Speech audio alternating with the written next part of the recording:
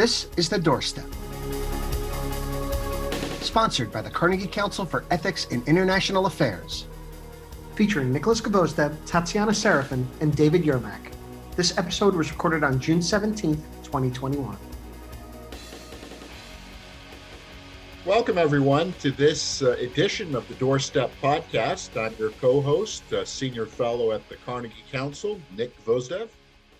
And I'm Tatiana Serafin, also Senior Fellow at Carnegie Council, and so excited to welcome today Professor David Yermack from NYU Stern. He is the Albert Fingerhut Professor of Finance and Business Transformation. But today he's here to talk with us about cryptocurrencies. And I found a paper of yours from 2014. And the question you asked is whether Bitcoin is a real currency. And we here at the Doorstep try to bring international stories to our readers and put them in context. And we have been looking at Bitcoin and seeing the news and headlines kind of galvanizing. And we thought now would be a great time to kind of ask that question. Is Bitcoin a real currency?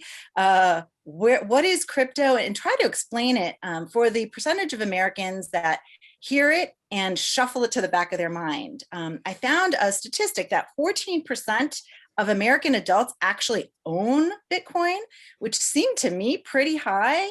Then we have El Salvador saying, hey, we're a Bitcoin currency. And I don't know if you've seen the story about Bitcoin Beach.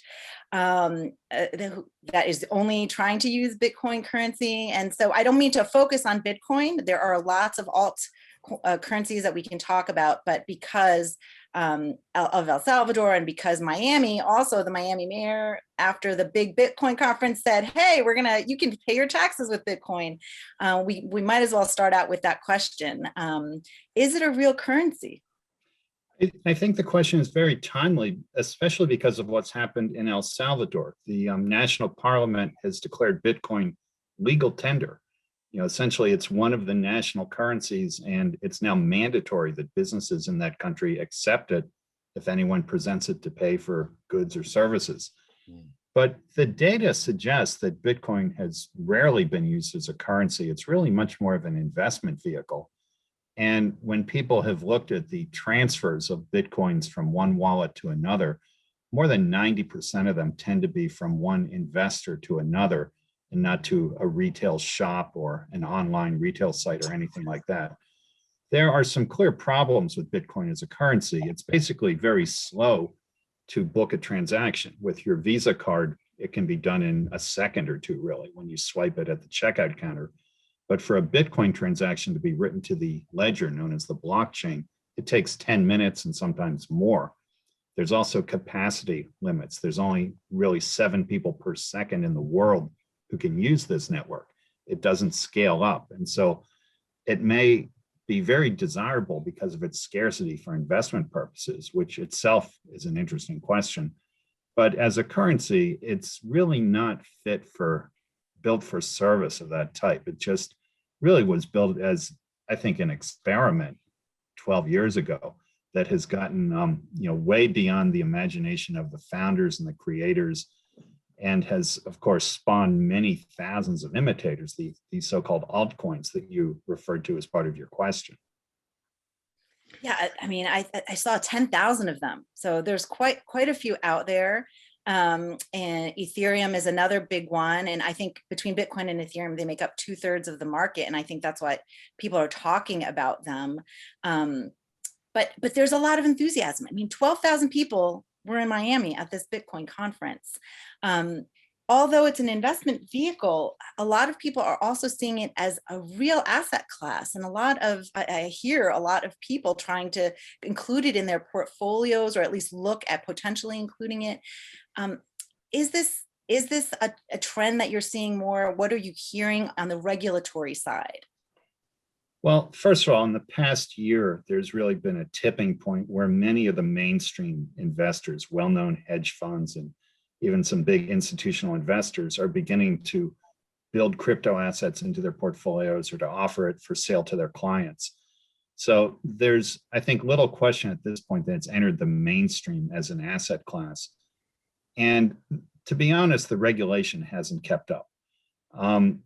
in Washington, they still haven't figured out which agency, if any, has the authority to regulate this and whether it should be treated as a security, as a commodity, as cash, the way that the banks, have to deal with liquid assets. There are many agencies that conceivably could have a role in this, but I think the right way to think about it is none of the above. This is something very new.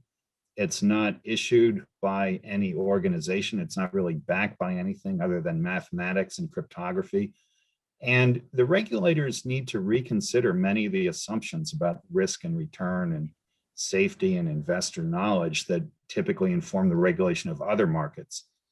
What's been interesting is to look beyond the US, that there are more than 200 countries that are experimenting with different regulations. And some of them, I think, have moved much further ahead. The Swiss and the Singaporeans are the ones that are often cited as the ones with the most intelligent, far-reaching regulations. Mm-hmm. And I think the US regulation, frankly, has been pretty reactionary. There's been, especially on the part of the SEC in the Trump administration, a real effort to try to kill this off, keep it in a box, to warn people away from it, without much real intelligent thought about what role it can play in the financial system in the future. I think there's now different people in charge who are better informed, and maybe we will see more intelligent regulation coming out of Washington. But it's not clear to me that the SEC, for instance, has any role to play in this area, unless you can identify certain assets that really are securities. And at this point, no court has really held that that's the case. There are still some big test cases making their way through. I'd like to go back to a point you raised about scalability and ease of use of starting with Bitcoin, but then moving with the other instruments that are out there, Ethereum, Dogecoin, everything that's out there. What is it about, and you mentioned about using the Visa, and I was just thinking Visa cards and the like, and right, they're tied to a national currency. We can go places and either our currency is accepted, or if it's not, we can go to an exchange and get it translated into currency that will be accepted. What has to happen with cryptocurrencies for them to kind of hit that level of acceptance? That is, that someone will say, I will take your whatever coin as payment for this good or service that I'm going to give you, or I will accept it as legal tender for the payment of taxes or fees or the like. I mean, where are we in that process of these moving, as you say, away from still largely investment, speculative investments, to where it becomes something where someone says, I recognize that this thing you're paying with has value, that I'm willing to give you the fruit of my labor or the fruit of my factory or my farm in return for this coin.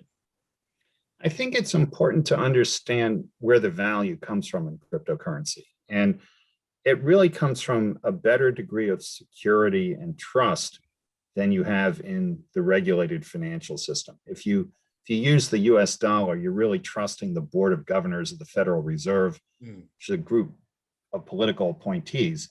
You're trusting them not to print too many dollars and not to take their eye off the banks that maybe need to be closely monitored and so forth.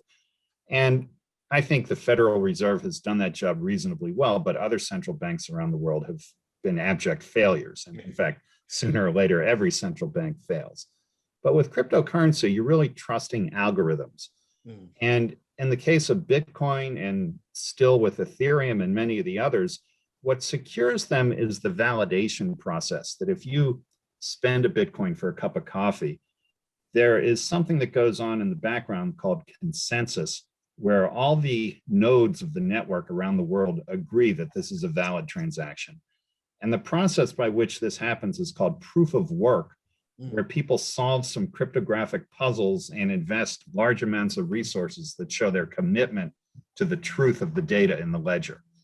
And that's the cumbersome part, that the proof of work system really requires a fair amount of time and a commitment of capital and resources that is exactly the opposite of what you would need to scale the network up.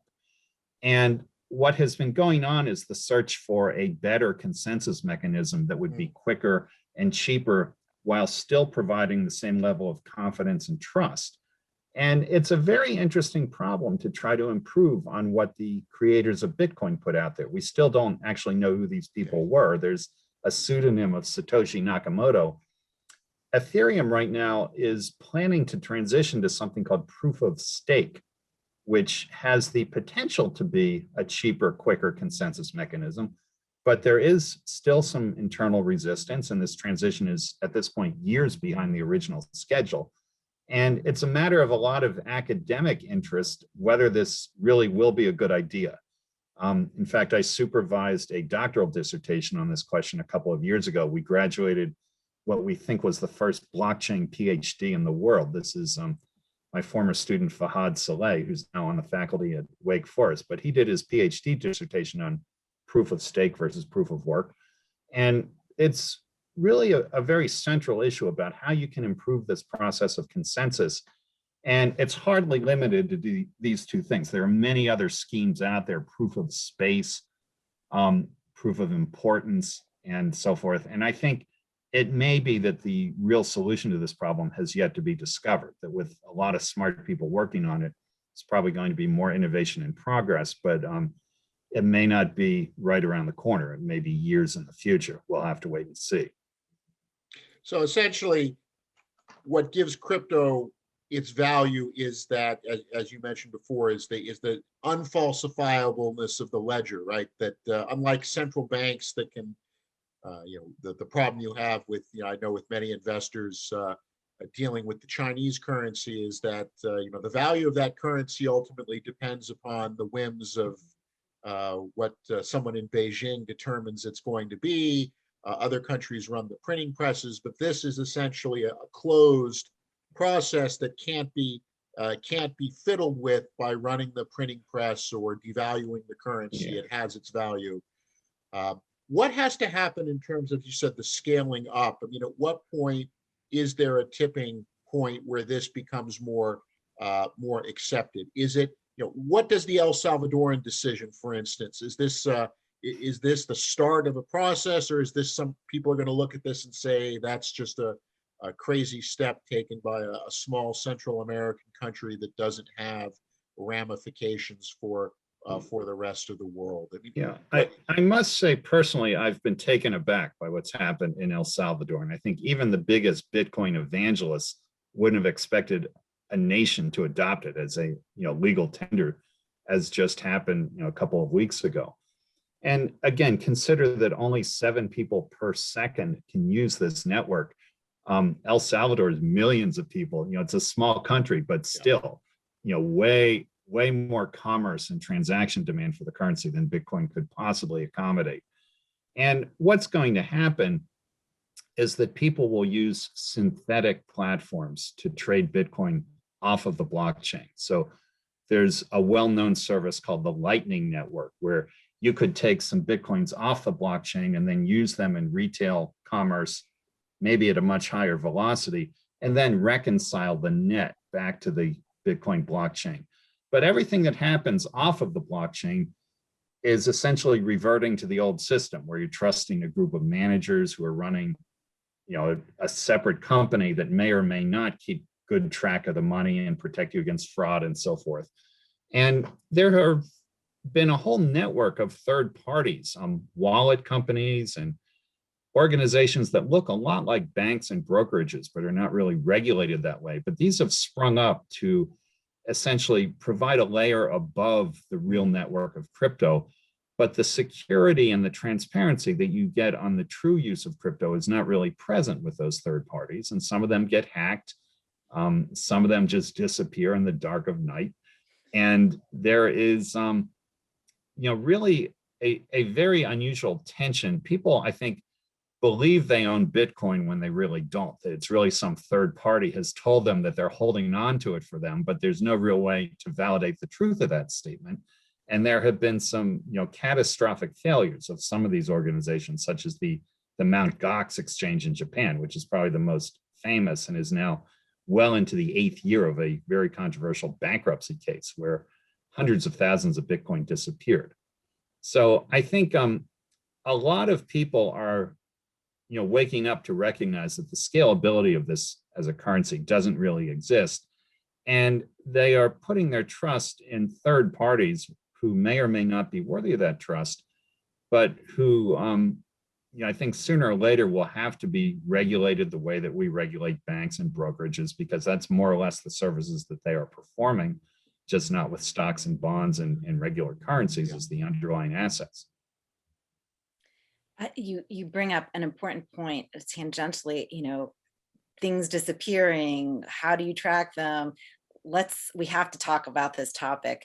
The fact that ransomware is now asking increasingly for crypto and Bitcoin, other currencies. It's trying to ask for huge ransoms from hospitals, city governments. I mean, we just had a bunch of hacks over the last couple of weeks, and they all wanted crypto. And so there is this idea, I think, also that these cryptocurrencies are making it a little bit easier for ransomware to happen. Do you feel that way? It's transparent, but it's also hidden, right? Because who knows who owns the wallet? Well, I think there's a lot of misunderstanding in this area. And when somebody's systems are hijacked and held for ransom, and this happened very publicly with the meatpacking company and with the gas pipeline a couple of weeks ago, when these things occur, it's not because of cryptocurrency, it's because these companies themselves had bad security. Yeah. It's like if someone steals your car and then tries to ransom it back, and you left the garage unlocked with the key in the ignition, and then you blame the existence of money for it's not the fact that someone could pay the ransom that got the car stolen. It's the fact that there wasn't basic security. And a lot of these ransomware attacks, you read in the 8th paragraph that they were using an 8-year-old version of Microsoft Windows, that they didn't have multi-factor authentication, just the very basic stuff they never took the time to put into place. And there are trolls on the internet who will just go through thousands of websites until they find one where there isn't any security, and aha. But the payment of the ransom is quite interesting, because on the Bitcoin blockchain, you can trace the money. And there are both governments and private forensic firms who do this. And we did see this story about 10 days ago where the Department of Justice made a very public claim to have recovered 85% of the ransom paid in this pipeline hack. Now, I have a lot of questions. And the first question is, did the government speak truthfully? Did they really get that money back, or are they just putting that story out there to try to frighten people? And if they did, it must have been either by way of a hack of the malware company itself. There's apparently some Russian organization behind this, or maybe they bribed somebody, or somehow got a hold of the private keys to unlock the wallet where the ransom was being held. And absolutely nothing has been said about how the government might have gotten a hold of the keys needed to unlock that wallet. People who are knowledgeable about this are a little bit perplexed by the whole story, because it just doesn't add up. And either they were extremely sloppy on the hacker side, or the government is exaggerating what actually took place. And we'll have to wait until more information comes out. As you said, though, you can trace, with a fairly high degree of precision where these crypto assets move. But what you need to know is who controls the wallet, who has the so-called private key that can unlock the wallet. And that requires an entirely different type of detective work that is, sometimes easier and sometimes not so easy. And I think, in the future, there's going to be a high premium on people who have the skills to be able to do this kind of tracing, and maybe conduct these reverse attacks on hackers and so forth. Let's see if these malware things start to slow down. Let's see if the meeting between Biden and Putin has any kind of effect on getting the Russians to step up their game and police this territory a little bit more. Apparently, North Korea is a big player in this area as well. And it's hard to believe what you read and to take it at face value without asking a lot of follow-up questions. And I certainly have quite a few about the events of the last several weeks.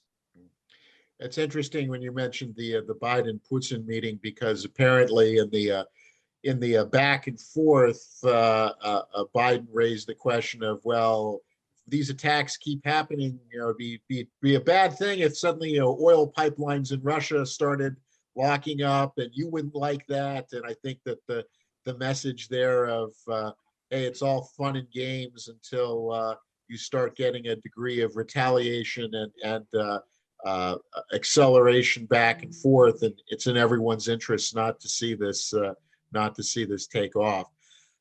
You're talking about wallets, who has the keys. We've talked a bit about scalability and the ease or the unease or non-ease of using some of these currencies, which I think then leads to the question of some of the large private tech companies looking at kind of quasi-cryptos. Is that going to be something we see where, Amazon, Facebook, Alibaba will come up with some sort of e-currency that you can use for purchasing goods and services from them, and then assuming that, if they're taking it, then can they pass it on to their vendors and say, we're going to pay you in our currency? Is that a direction that we may see, a halfway house between the pure cryptos, which particularly with Bitcoin, as you've mentioned at several points, the difficulty and scalability, the time it takes to get a transaction moving through versus maybe if Amazon says, look, we're going to create a Amazonia or some kind of Amazon-based currency. Is that something that we're likely to see, those kind of private company entrants coming into this as a way to bridge the gap between the pure cryptocurrencies and between, other than perhaps the dollar or the euro, a variety of national currencies that may not be seen as particularly stable or desirable to use? I think this is almost certainly going to happen because it's already happened in China. So we've seen what is the second largest economy in the world more or less have the payment system taken over by two social media companies, by Alibaba and a company called Tencent, which has a platform called WeChat Pay. So the Alipay and the WeChat Pay have grown very, very quickly and basically pushed the banks to the sidelines of the payments industry in China. And really out of fear, the Chinese central bank has launched its own cryptocurrency. It's gone live as of last year, and it is being scaled up and rolled out across the country. But you now see what is basically a competition in China between the private money issued by Alibaba and Tencent and the cryptocurrency being issued by the People's Bank of China. I think this is very quickly going to go around the world. You're going to see a digital euro, digital dollar, and you're going to see companies that have billions of customers on their platforms. Amazon, I think, is the most likely, but Google, Facebook, even folks like Netflix and so forth, probably issuing their own payment vehicles, their own money, basically. And in the long run, there's going to be an interesting question of whether you trust Google and Amazon to issue the money more than you trust the central banks of the Euro area and the Federal Reserve and so forth. And I think there are many advantages that these social media companies would have in this contest. They have far more customers, billions instead of hundreds of millions. They have, as far as I can tell, much better cybersecurity. They have the ability to attract people and get them to come onto the platform and enjoy themselves multiple times a day, which I don't think people do with their banking websites. And ultimately, the issue of trust. Do you trust Jeff Bezos and Mark Zuckerberg, or do you trust the leadership of the central bank? And you can look at all the lunatics that Trump tried to put onto the Federal Reserve Board of Governors in the last administration to see how fragile that system really is. There were real attempts to repurpose the central bank as a vehicle of God knows what, one of many crazy things that happened in the last administration. But I think the private companies that are motivated by profit in the long run are going to be more intelligent and really more wise about the creation of money. And they may be able to steal this franchise from the central banks and governments of the world, which would have huge implications for not only public finance, but the very nature of the nation state. There's some academic debate about in the future, maybe you'll think of yourself not as a citizen of the US or of the Euro area, but as a citizen of Google, citizen of Facebook. You would be part of a social media currency area where the economic policy really being run by a private company that also does chat and navigation and search and all the other things that you get on the platform. They'll just integrate payments into all sorts of applications that you're already using very happily. It's a huge problem. And I think if the Western central banks and media companies are not careful, there's every chance that the Chinese platforms could migrate. Alipay and WeChat Pay are in dozens of countries already, and especially in the Eastern Hemisphere, you encounter them everywhere that you go. And it's an issue that I think has snuck up on politicians. The Facebook Libra project took a lot of heat, but without people really seeing the big picture of what's at stake.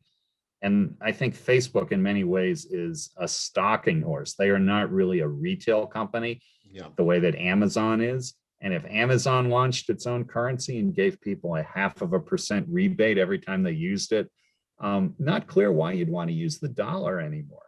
And let's see where this goes. But I think the complacency and lack of foresight by some of the governments in this area has been a little bit surprising. People very naive about the risks of the media companies usurping the financial system.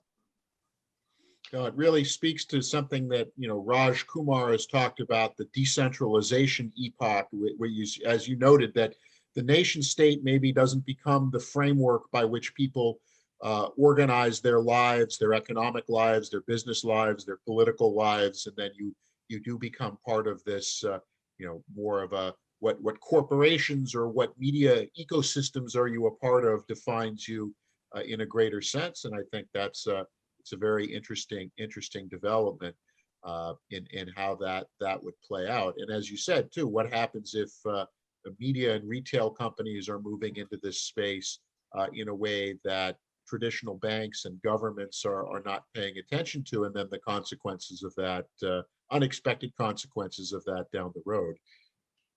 Yeah, in fact, you look at what's happened in China, and I think one day the great dictator Chairman Xi woke up and realized he was the second most powerful person in the country. And that he was really working for Jack Ma and not the other way around. And he got very angry and called Jack Ma in for a meeting. But I think even the Chinese realized that they need Alipay more than than they're willing to ever publicly admit, and they're going to have to work out some type of entente. And I think in earlier times, they might have just taken Jack Ma out and shot him, but they are not doing anything like that. They're trying to accommodate and figure out how to keep the best of that system. And, I would say that Alibaba is not cooperating in a friendly way, only with some, grudging, acquiescence, but you're going to see this replayed in the West. I think that the Chinese situation is a very interesting preview about what may lay ahead with the giant behemoths, the Amazons, Googles, and so forth, who have enormous power to enter this space. And whether this would be a good thing or not, I don't know. There's certainly many problems with the financial system as it now exists, but it would be a better system if it were run by the media companies. I have a sense that the security would be better and the financial decisions might be better. But there's all kinds of other issues about privacy and data harvesting and, things where, the very nature of liberty and your individual identity are going to need to be reconsidered. China has a different culture than many Western countries. Privacy has never been that important for whatever reason. And I think, it's going to be very interesting to see how it unfolds. And the people who created Bitcoin and launched it 12 years ago have just unleashed these forces that greatly exceed anything that they ever could have imagined. And we've been offering this course at NYU that has, just in the 7 years that we've had it, the agenda has changed vastly and has scaled itself up into these areas that really are of critical importance in terms of people's, not just their financial life, but their personal lives and their security as well. While we're on the topic of China, I would be remiss not to talk about the Bitcoin mining and the effects on the environment, and the fact that China recently is trying to kick out the miners, and where are they going to go? Kazakhstan, Texas. They need energy, and so could we, could you talk about the energy aspect of mining, and speaking of, how the world needs to focus on the environment, and that's not just a national interest, that's an international interest. Where do we go from here on that? It's a very interesting situation, and I've never understood why the mining industry got so big in China in the first place. So we talked a few minutes ago about the proof of work security that requires you to spend a lot of time solving cryptographic puzzles to provide security to the network. And this takes energy. You need supercomputers that do trillions of calculations a second, and people build these bunkers and warehouses. But the key to where you're going to locate these is where the cost of energy is the cheapest. In the end, your variable cost is what you're paying for electricity. And the only electricity that has the minimum variable cost is renewable energy. You could put a Bitcoin mine in Iceland and get free geothermal power from the earth and not do any damage to the climate.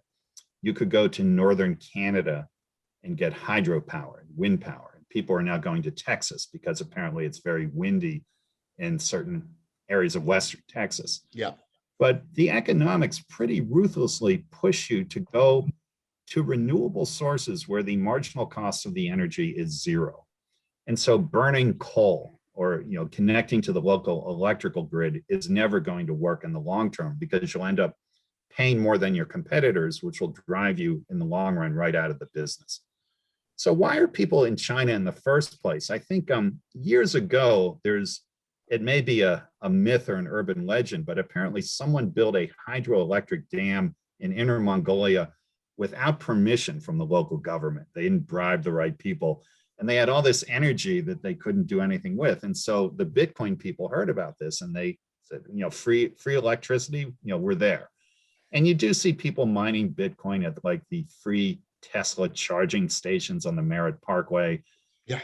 In Caracas, Venezuela, where the great dictator Maduro gives free electricity to the people, the Bitcoin people will come. Anywhere where there's free electricity. But I think in China, that ship sailed a long time ago. If someone ever did build a dam that shouldn't have been built, it would have been sorted out, many, many years ago. But the miners are still there. And apparently a lot of them have been using coal-fired energy that is bad for the environment. So they've now been told to leave. And I'm not sure that I believe this, because they've been given 6 months or 3 months or whatever to sort things out, which to me means to find the right people to bribe. But I think in China in particular, Bitcoin mining has probably persisted to enable capital flight. I think there's a lot of rich people in China who want to get money out of the country. They can't do it legally through the regular financial system, but they can do it through Bitcoin. So I think people have actually been losing money on Bitcoin mining, but making it back by selling the Bitcoins locally to people who want to move money out of China. That's my hypothesis. Now, at a certain point, the Chinese government decides to crack down. How serious they are and whether this is a permanent crackdown remains to be seen, because they've reversed themselves many, many times in financial regulation. But I do think the economics are pretty clear that they shouldn't be in China in the first place. That in the long run, you're going to see most of the Bitcoin mines be up near the tundra, where you can get essentially free wind power. And maybe in little niche markets like Western Texas, where there may be abundant land and good connectivity and cheap energy. But these are basically going to be areas where people don't want to live, and you're not going to be displacing people from the electrical grid, because the conditions are likely to be very harsh, and people are setting up turbines just because it's extremely windy there. That's, again, it's not China. To me, China never should have been as big in crypto mining as it ever got. Yeah. And I think it really does interact with issues like capital flight that are, really of great concern to the national government, because the financial system there is pretty shaky by Western standards, and they're very worried about people getting wealth out of the country. And I think crypto has enabled that for a number of years. But it's a story that I think is going to require months, if not years, to unfold, and it will be interesting to watch some of the updates. Yeah, I think, we've talked on the Doorstep a lot about how, the environmental impact of and policy is super important. And I think this angle that Bitcoin is getting, Bitcoin and other cryptocurrencies are getting reamed because of their environmental impact. Elon Musk saying, we're not going to accept it until you sort it out. Elon Musk, that was Rich. The guy's an engineer, right? And he wakes up one day and discovers that it takes a lot of energy to mine a Bitcoin. But I think there's a value judgment here that one has to be careful with, because we can say, look at all the energy being used to validate crypto transactions. What good is this for the world? We could ask the same question. Look at all the energy used by JP Morgan to keep track of people's payments. Why is this good? Look at all the energy people use to wash their dishes.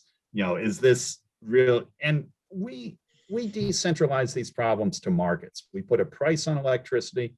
We let people bid for it with supply and demand. And we really don't question whether, you using it for an electric razor is better than someone else using it to operate a motor vehicle and someone else to play a video game. All of these things consume energy, and that energy is paid for.